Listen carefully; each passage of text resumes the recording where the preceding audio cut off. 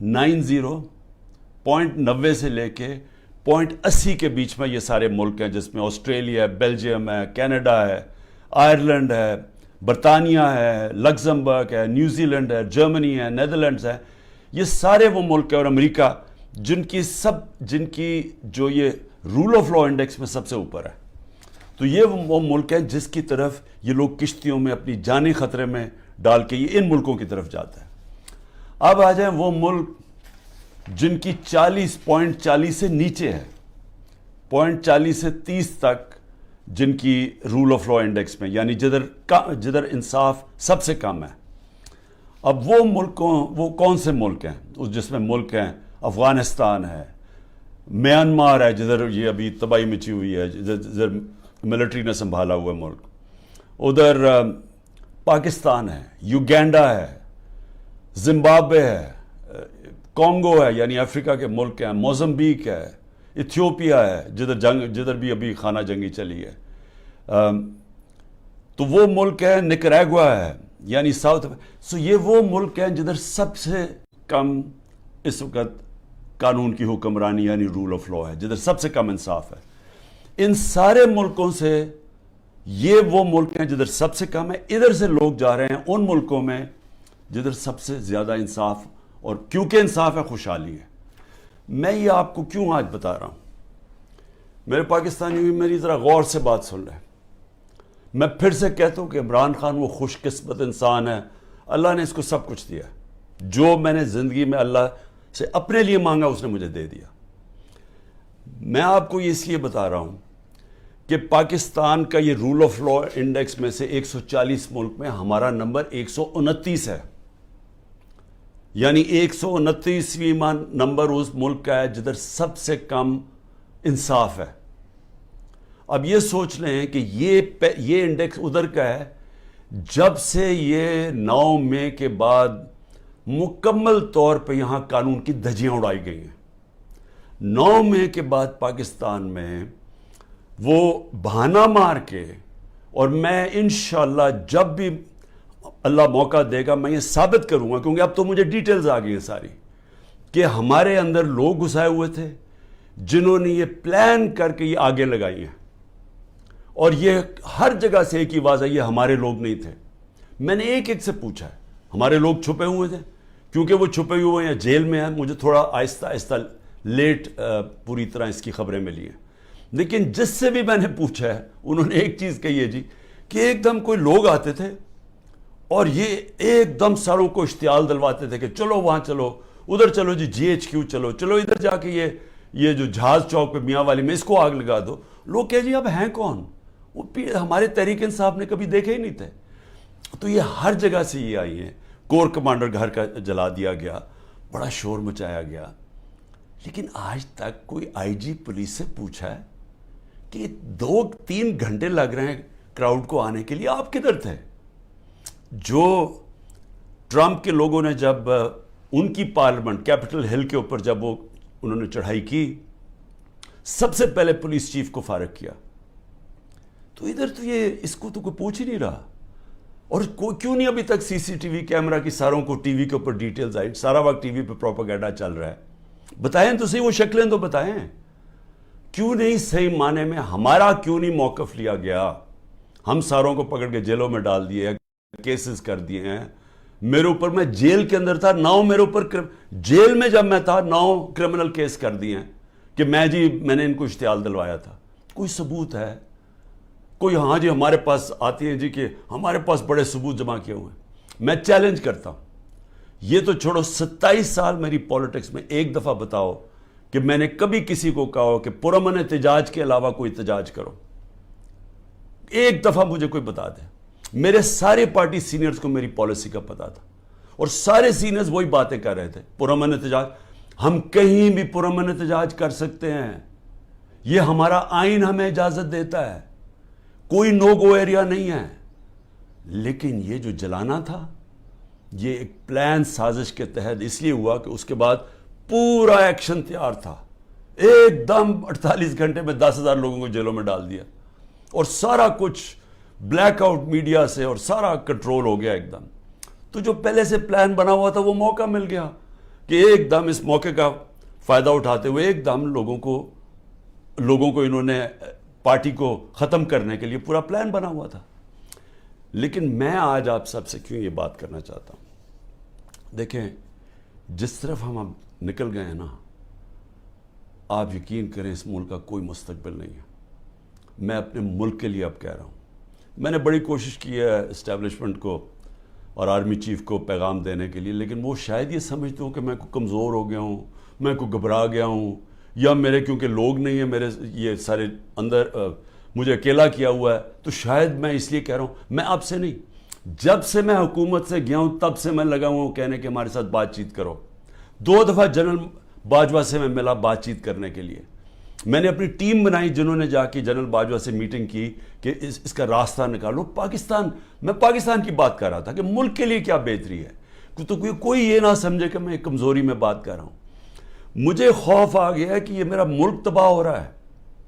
اور میں واضح کر دوں، میں نے کبھی یہ ملک چھوڑ کے نہیں جانا. مجھے کوئی کہے کہ جی آپ کوئی باہر چلے جائیں، کوئی ڈیل کر لیں، میں حقیقی آزادی کی جدوجہد 27 سال سے کر رہا ہوں. میں ڈیلز کرنے کے لیے نہیں کر رہا کہ جی اگر یہ کریں تو ہم آپ کو آگے وزیر اعظم بنا دیں گے، یہ کر دیں گے. میں یہ وزیر اعظم کے لیے نہیں کر رہا. میں اپنے ملک کے اور اپنے ملک کے بچوں کے مستقبل کے لیے کر رہا ہوں. میں باتیں بھی آپ کے لیے اس لیے کہتا ہوں کہ ڈائیلاگ کرو، کیونکہ جس طرف یہ نکل گئے ہیں یہاں تو آگے اندھیرا ہے. یہ حالات ہیں کہ کل کوئی بچے آئے، سوشل میڈیا کے بچے 20-30 لڑکے آئے، وہ جیسے باہر نکلے پکڑ کے ان کو جیل میں ڈال دیا. کس قانون کے تحت؟ بتائیں کس قانون کے تحت؟ پہلے تو آپ کہہ سکتے تھے نا جی کہ یہ ہمیں جی وہ کچھ جیو فینسنگ میں نظر آئے ہیں. آپ کو تو پتہ ہی نہیں ہے لڑکے کون ہیں، پکڑ کے سیدھا جیل میں لے گئے. میرے وکیل عزیر بھنڈاری جو کہ سینئر ایڈوکیٹ ہیں سپریم کورٹ کے، ان سے میں نے ملٹری کورٹس کے اوپر میٹنگ کی کہ یہ ملٹری کورٹس کو میں چیلنج کرنا چاہیے کہ بالکل دنیا میں مذاق اڑا ہے پاکستان کا. کبھی جمہوریت کے اندر بھی ملٹری کورٹ آئے ہیں اور وہ یہاں سے باہر نکلے اس کو اٹھا کے لے گئے، اس کو اور اس کو ڈرائیور کو. یہ کس قانون کے تحت؟ یعنی یہاں تو قانون کی دھجیاں اڑا دی. یہاں تو بلکہ بنانا ریپبلک سے بھی بدترین حالات ہو گئے ہیں. میڈیا کا منہ بند کر دیا. میں ویسے وہ میڈیا والوں سے ذرا آج پوچھنا چاہتا ہوں جو بڑے جہاد لڑتے تھے میڈیا کی آزادی کے لیے، وہ میڈیا ہاؤسز جی ہم آزادی رائے اور آزادی میڈیا، وہ کدھر چلے گئے ہیں؟ چپ کر کے دم دبا کے سر بیٹھ گئے ہیں کہ سارا اس وقت عمران خان کا نام نہیں آنا چاہیے میڈیا کے اوپر، وہ پتہ نہیں کتنا خطرناک دہشت گرد ہے. اس کے بعد جو جوڈیشری کے اوپر پریشر ڈالا ہے، جس طرح کی دھمکیاں ججز کو دی جا رہی ہیں، ہمیں فرسٹ ہینڈ پتہ ہے کہ ججز سے کیا کیا جا رہا ہے. جو جج لائن میں نہیں اس کے اوپر میڈیا اس کی ٹرائل شروع کر دیتے ہیں، اس کے اوپر ہر قسم کرپشن کیسز ہر چیزیں اٹھاتے ہیں. ان کے ایک اب میں بتاؤں سینئر سپریم کورٹ کے جج کے ان کے لوگ اٹھا کے لے گئے، ان کے نوکر کو اٹھا کے لے گئے. تو ان کے اوپر بھی پریشر ڈالا ہوا ہے کسی طرح ان کا منہ بند ہو جائے. ہر قسم کا پریشر ڈالا ہے کہ وہ بھی لائن میں آ جائیں کہ یہ اس ملک کے اندر مکمل طور پہ آمریت قائم ہو جائے، کسی کی جرت نہ ہو.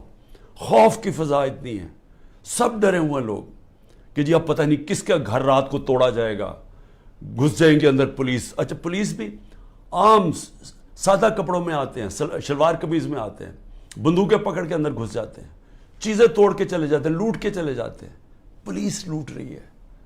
پولیس کو سوچے کیا حال کر رہے ہیں کہ آپ یہ پولیس سے جو یہ کام کروا رہے ہیں، کیا پولیس اپنے یہ کام نہیں کرے گی؟ اور کیا اس سے یہ واضح ہوتا ہے کہ کیا عام غریب آدمی اس کے گھروں میں تو یہ عام ہوتا ہوگا. میں اپنی پارٹی کو یہ بار بار کہتا ہوں کہ آپ دیکھو جو ہمارے پہ گزر رہی ہے، اس ملک کے کمزور پہ ہر روز ایسے ہوتے ہیں جب بھی اس کا طاقتور سے ٹاکرا ہوتا ہے.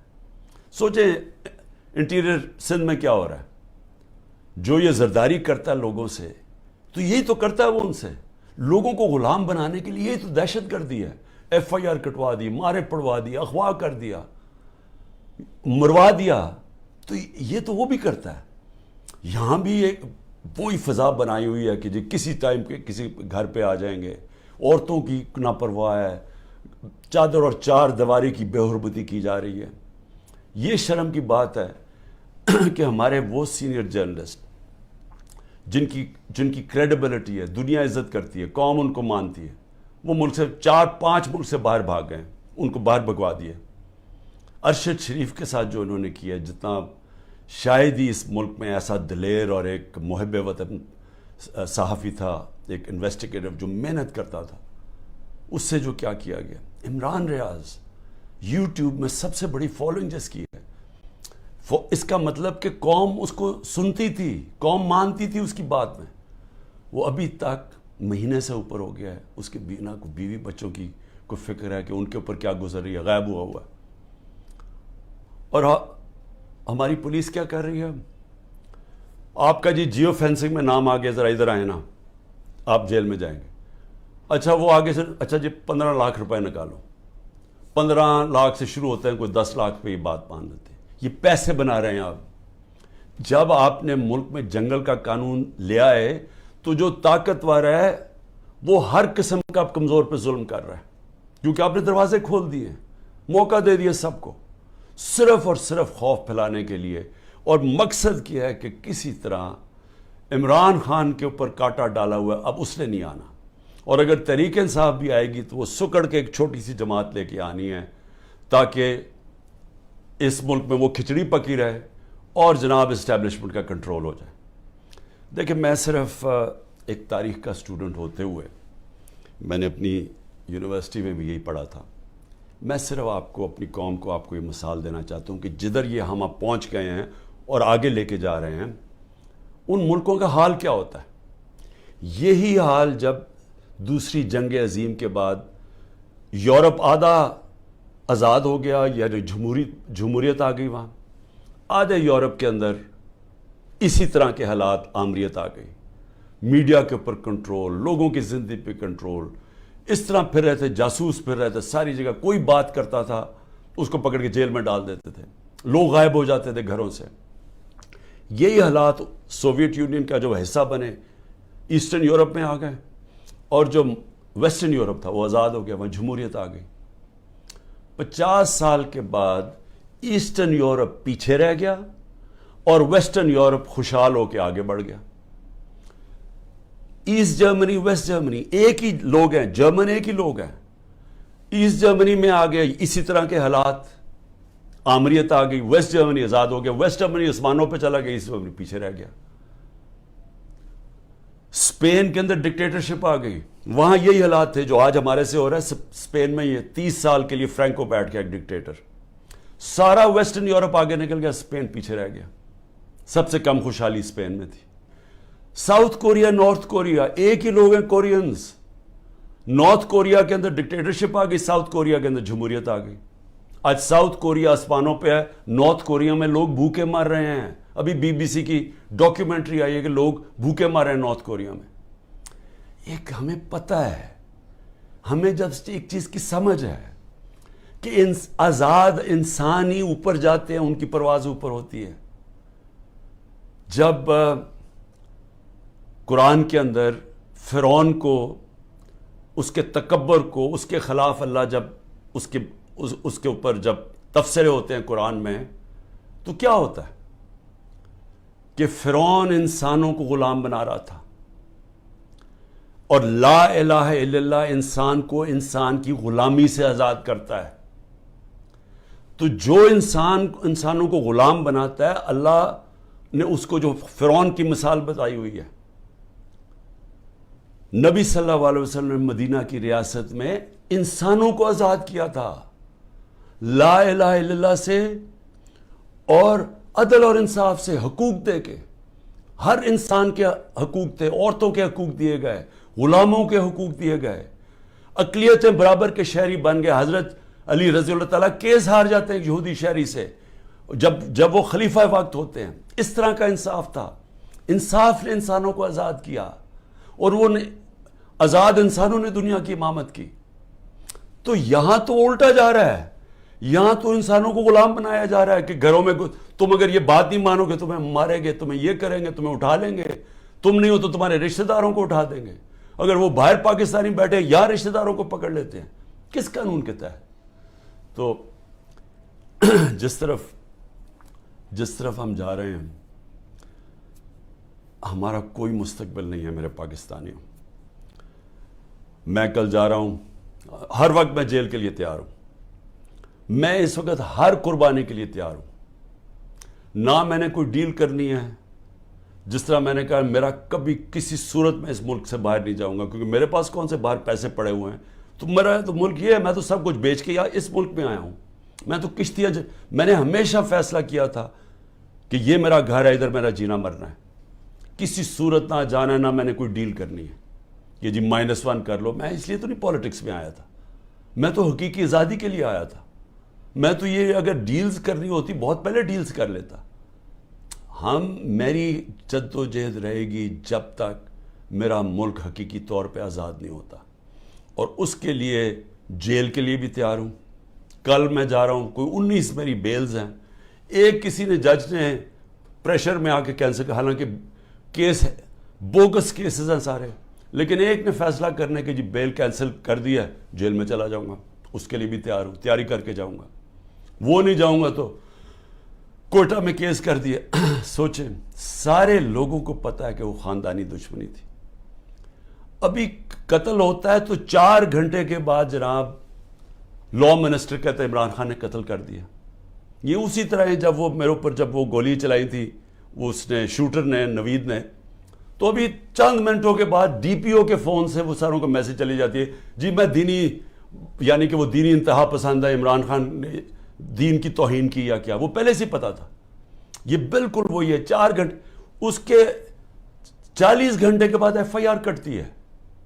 ایف آئی آر 40 گھنٹے کے بعد کٹتی ہے. 4 گھنٹے کے بعد جناب لا منسٹر کہتے ہیں عمران خان نے مار دیا اس کا. جس طرح عمران خان کو بڑا کوئی خطرہ تھا اس کیس سے, یا اس نے کوئی پہلے بڑے قتل کیے, 150 تو کیسز اور تھے. تو یہ پہلے سے پلان کیا ہوا, کسی نہ کسی کیس میں مجھے پتا ہے کہ انہوں نے, میں جیل میں چلا جاؤں گا, لڑوں گا یہی کیس لے کے, کوئی ملک نہیں چھوڑوں گا, کیس سارے لڑوں گا. لیکن میں اپنی قوم کو ایک پیغام دینا چاہتا ہوں. دیکھیں, یہ آپ کا بہت بڑا امتحان ہے. اللہ نے آپ کو بڑے امتحان میں ڈالا ہوا ہے. قرآن میں وہ کہتا ہے, میں بار بار تمہارے ایمان کو مشکلوں سے آزماؤں گا. یہ ٹائم ہے آپ کا, اب ایمان آزمایا جا رہا ہے. زندگی موت اللہ کے ہاتھ میں ہے. میری طاقت کدھر سے آتی ہے؟ مجھے پورا ایمان ہے کہ جب اللہ نے فیصلہ کیا میں نے جانا ہے, کوئی مجھے روک نہیں سکتا.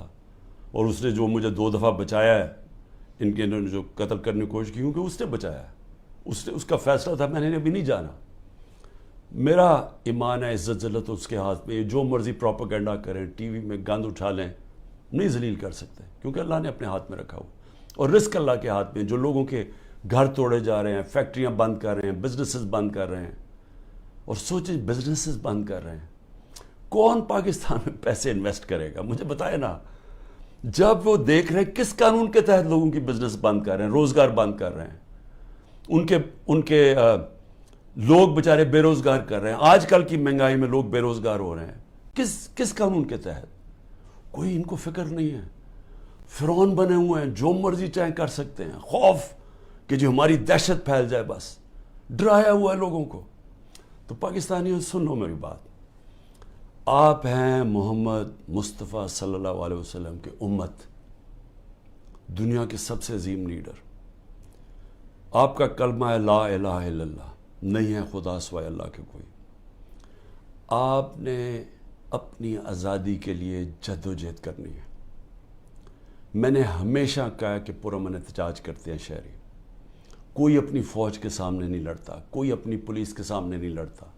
ہم ان سے لڑنے نہیں آئے, ہم کوئی انتشار پھیلانے نہیں آئے, لیکن ہمارا حق ہے پرامن احتجاج. آپ نے ابھی سے مینٹلی تیار ہونا ہے. انہوں نے مجھے جیل میں ڈالنا ہے, اور ان کا خیال ہے کہ جب مجھے جیل میں ڈالیں گے, اب انہوں نے اتنا خوف پھیلا دیا کہ سب چپ کر کے بیٹھ جائیں گے. آپ نے اگر یہ ظلم قبول کر لیا, اور یاد رکھیں آپ 25 کروڑ ہیں, اگر 25 کروڑ لوگ سہم گئے اور خوف کے سامنے جھک گئے, تو میں آپ کو بتا رہا ہوں آپ کا کوئی مستقبل نہیں ہے. پھر یا تو یہ کشتیوں میں لوگ نکلیں گے اور بیچارے اسی طرح جان کھوتے رہیں گے، سمندروں میں ڈوبتے رہیں گے اور وہاں دھکے کھاتے رہیں گے، اور یا پھر جو آپ کے پروفیشنلز ہیں وہ ملک چھوڑ کے ویسے دنیا میں ڈیمانڈ ہے وہاں چلے جائیں گے، تو ملک کا تو کوئی فیوچر نہیں رہے گا۔ اور یہ چوروں کے ہاتھ میں جن کو اوپر بٹھا دیے لا کے، جن کو 30 سال سے ثابت کر رہے ہیں، یہ ایک دوسرے کی چوری کو 30 سال سے لوگوں کو بتا رہے ہیں کہ کون بڑا چور ہے، جو یہی اسٹیبلشمنٹ بتا رہی ہے کہ کتنے بڑے چور ہیں۔ اگر ان کے نیچے اور ان کی غلامی کرنی ہے اور یہ خوف کی وجہ سے، میرا کیا ہے کہ اس غلامی سے موت بہتر ہے۔ یہ کوئی زندگی نہیں ہے، غلاموں کی کوئی زندگی نہیں ہے، صرف پرواز آزاد لوگوں کی ہے۔ اقبال کا شاہین صرف آزاد ہو کے تو اوپر جا سکتا ہے، غلام تو غلام رہتے ہیں۔ جس طرح مولانا رومی نے کہا کہ جب اللہ نے تمہیں پر دیے ہیں کیوں چونٹیوں کی طرح رینگ رہے ہو، غلام چونٹیوں کی طرح رینگتے ہیں۔ تو سب آپ ذہن بنا لیں کہ یہ خوف جو پھیلایا گیا ہے، اور قرآن کی آیت ہے کہ جو لوگ ایمان لے آئے اللہ ان کے خوف دور کر دیتا ہے۔ یہ ایمان والے لوگوں کو میں کہہ رہا ہوں کہ یہ بالکل آپ نے گھبرانا نہیں ہے، آپ نے کھڑے ہونا ہے، پرامن احتجاج آپ کا حق ہے۔ جس طرف یہ ملک کو لے کے جا رہے ہیں، جو یہ ملک کو تباہی کی طرف لے کے جا رہے ہیں، ان کو کوئی فکر نہیں ہے ملک کی، یہ صرف اقتدار اور پیسے کی جنگ ہے۔ ان کو اقتدار اور پیسہ اس لیے عمران خان سے خطرہ ہے کہ جناب اگر وہ آ گیا تو یہ ہمارا اقتدار اور پیسہ خطرے میں چلا جائے گا۔ یہ ملک کو تباہی کی طرف بھیج رہے ہیں اسی وجہ سے۔ اور اسی لیے میں سب کو آخر میں پیغام دیتا ہوں کہ ذہنی طور پہ تیار ہو جائیں کہ کبھی بھی آزادی کوئی پلیٹ میں رکھ کے نہیں دیتا، آزادی کے لیے قربانیاں دینی پڑتی ہیں، اور آپ سب کو، میں بھی تیار ہوں، آپ سب کو تیار ہونا چاہیے قربانیوں کا۔ پاکستان پائندہ باد۔